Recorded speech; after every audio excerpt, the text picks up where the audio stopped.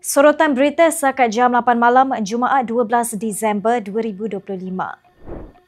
Perdana Menteri Anwar Ibrahim berkata martabat bahasa Melayu harus diangkat sesuai dengan kedudukannya dalam perlembagaan dan penguasaannya mesti dimantapkan dalam kalangan rakyat.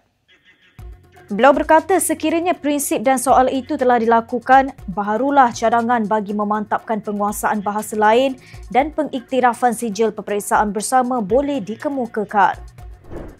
Mahkamah Persekutuan dalam langkah luar biasa menasihati pihak pendakwaan dan pembelaan dalam kes rasuah Ahli Parlimen Muar, Syed Saddiq Syed Abdul Rahman untuk bertenang dan meneliti semula sama ada timbul keperluan untuk keputusan disampaikan.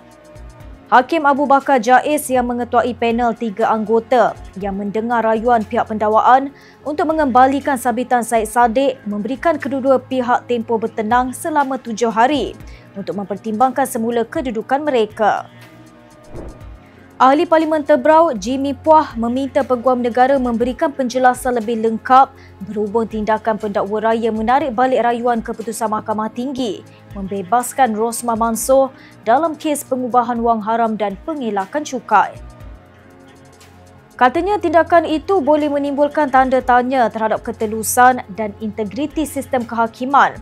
Lebih-lebih lagi apabila ia melibatkan individu berprofil tinggi dan penjelasan berhubung asas dan pertimbangan kepada keputusan itu penting bagi memastikan kepercayaan awam dan kedaulatan undang-undang.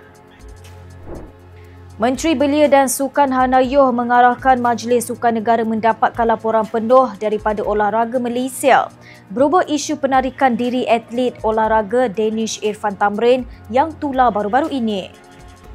Sebelum ini, tular dakwaan bahawa pelari pecut muda negara itu dipaksa menulis surat menarik diri daripada skuad 4x100 meter di Sukan Si Thailand, sekaligus mencetuskan rasa kurang senang dalam kalangan warganet yang menganggap terdapat kronisma dalam industri sukan di Malaysia.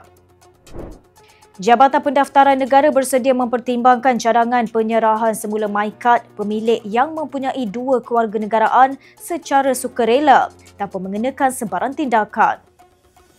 Ketua Pengarah JPN Badrul Hisham Alias berkata pendekatan ini hanya membabitkan pelucutan satu daripada kewarganegaraan yang dimiliki dan bukan tindakan undang-undang lain atau membabitkan sebarang tangkapan, bahkan mereka terlibat boleh memilih kewarganegaraan yang dikehendaki dan tiada mandatory yang ditetapkan.